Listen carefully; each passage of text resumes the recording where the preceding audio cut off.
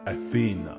You know her as the goddess of wisdom and strategic warfare. But I know her as the girl born after Zeus ate her mother and gave birth to Athena from his head.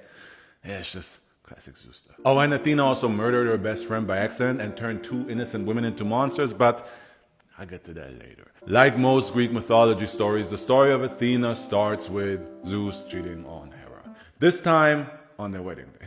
just Zeus being Zeus. He cheated on her with the titan Metis, who embodied wisdom. But Zeus just wanted to embody himself all up in there. So when Metis ran away, Zeus shapeshifted into a snake to wrap her up and get her pregnant, as one does. But then Zeus remembered a prophecy that Metis would bear him two children, a glorious daughter and a son that would be even more glorious and stronger than Zeus and take over. So in panic mode, Zeus went up to Metis and was all like, hey, you remember that time when you ran away from me and I shapeshifted into a snake to catch you? Wasn't that fun? Isn't shapeshifting great?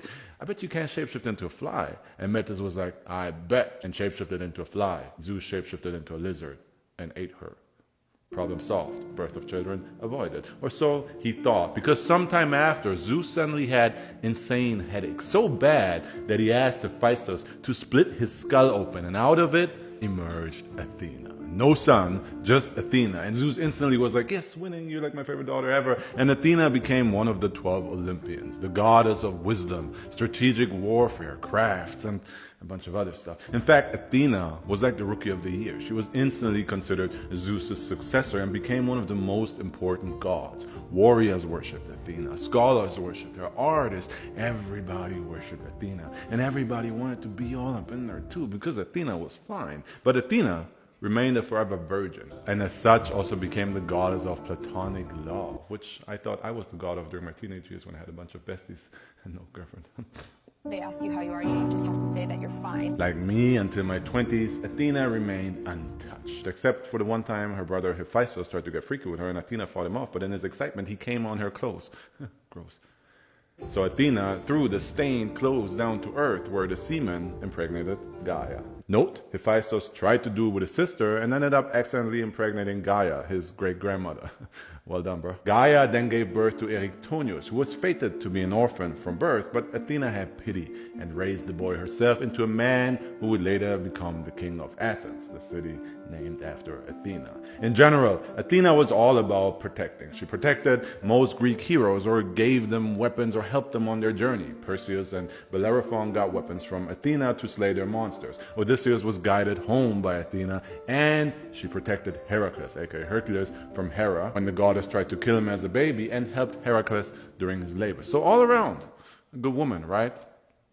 Nah, man, this Greek mythology, everybody has a dark side, and so does Athena, because this woman was jealous.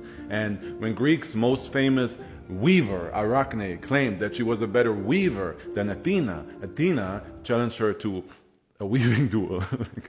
Now, you gotta understand, back in those days when weaving duels were like, ooh, man, you see how she's touching? I was like, damn. They had a weaving duel, Arachne won the duel, and Athena was so furious that she turned Arachne into a spider that is forever destined to keep on weaving. And another story is Medusa, where Medusa was like the most beautiful woman in Greece, and Athena was jealous, and after Poseidon lusted for Medusa and had his way with her in Athena's temple, Athena punished Medusa and blamed her beauty for it and turned Medusa into a snake monster we now know. And then she gave Perseus the weapon to kill Medusa. Bruh.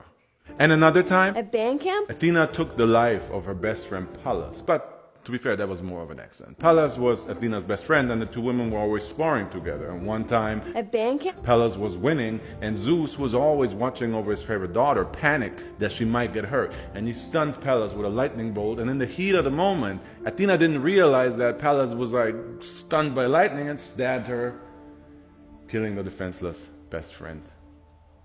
And man, that's a rough story. That's actually pretty dark. Anyway, Athena then carried the name Pallas in her memory, so that's why she's sometimes called Pallas Athena.